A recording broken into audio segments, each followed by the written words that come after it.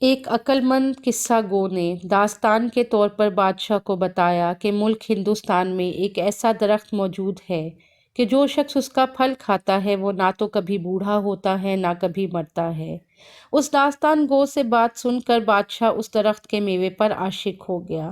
اس نے اپنی سلطنت میں سے ایک دانا اور عقل مند قاصد کو ملک ہندوستان میں اس مقصد کے لیے روانہ کیا کہ وہ اس ملک میں جا کر درخت تلاش کرے اور اس کا پھل لے کر آئے۔ بتاتے ہیں کہ ہندوستان پہنچ کر اس قاصد نے برسوں تک اس خاص قسم کے درخت کی تلاش کی۔ وہ شہر شہر، پہاڑوں میں، جنگلوں میں اور کئی جزیروں پر بھی جا کر اس درخت کو ڈھونڈتا رہا، لیکن وہ خاص درخت اسے کہیں نہ ملا۔ قاصد جس شہر میں بھی جاتا لوگ اس کا مذاق اڑاتے۔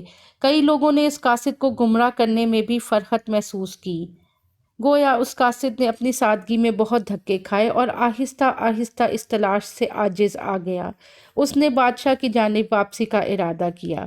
وہ قاصد مایوسی کے عالم میں جب واپس آ رہا تھا تو اسے راستے میں ایک شیخ، عالم اور کتب کا آستانہ نظر آیا۔ وہ آنسو بھری آنکھیں لے کے شیخ کے سامنے آیا اور اس سے حاضری کی درخواست کی۔ قاصد نے بتایا کہ اسے بادشاہ نے ایسے درخت کا پھل لانے کے لیے روانہ کیا ہے جو پھل حیات بخش، گویا مثل آب حیات ہے۔ پھر یہ بھی بتایا کہ اس خاص درخت کی تلاش میں مجھے اب تک سوائے طنز مذاق کے کچھ بھی حاصل نہیں ہوا۔ اس درخت اور اس میوے کی تلاش پر شیخ ہنسا اور قاصد سے مخاطب ہو کر کہا کہ اے بھولے قاصد، جس درخت کو تو تلاش کر رہا ہے وہ علم کا درخت ہے، اور وہ تو عالم کے اندر اگتا ہے۔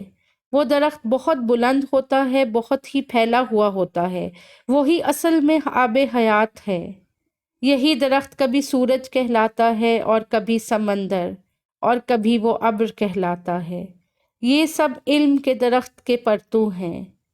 علم کا درخت لافانی اور لازوال ہوتا ہے، وہی آب حیات ہے، وہی حیات بخش ہے۔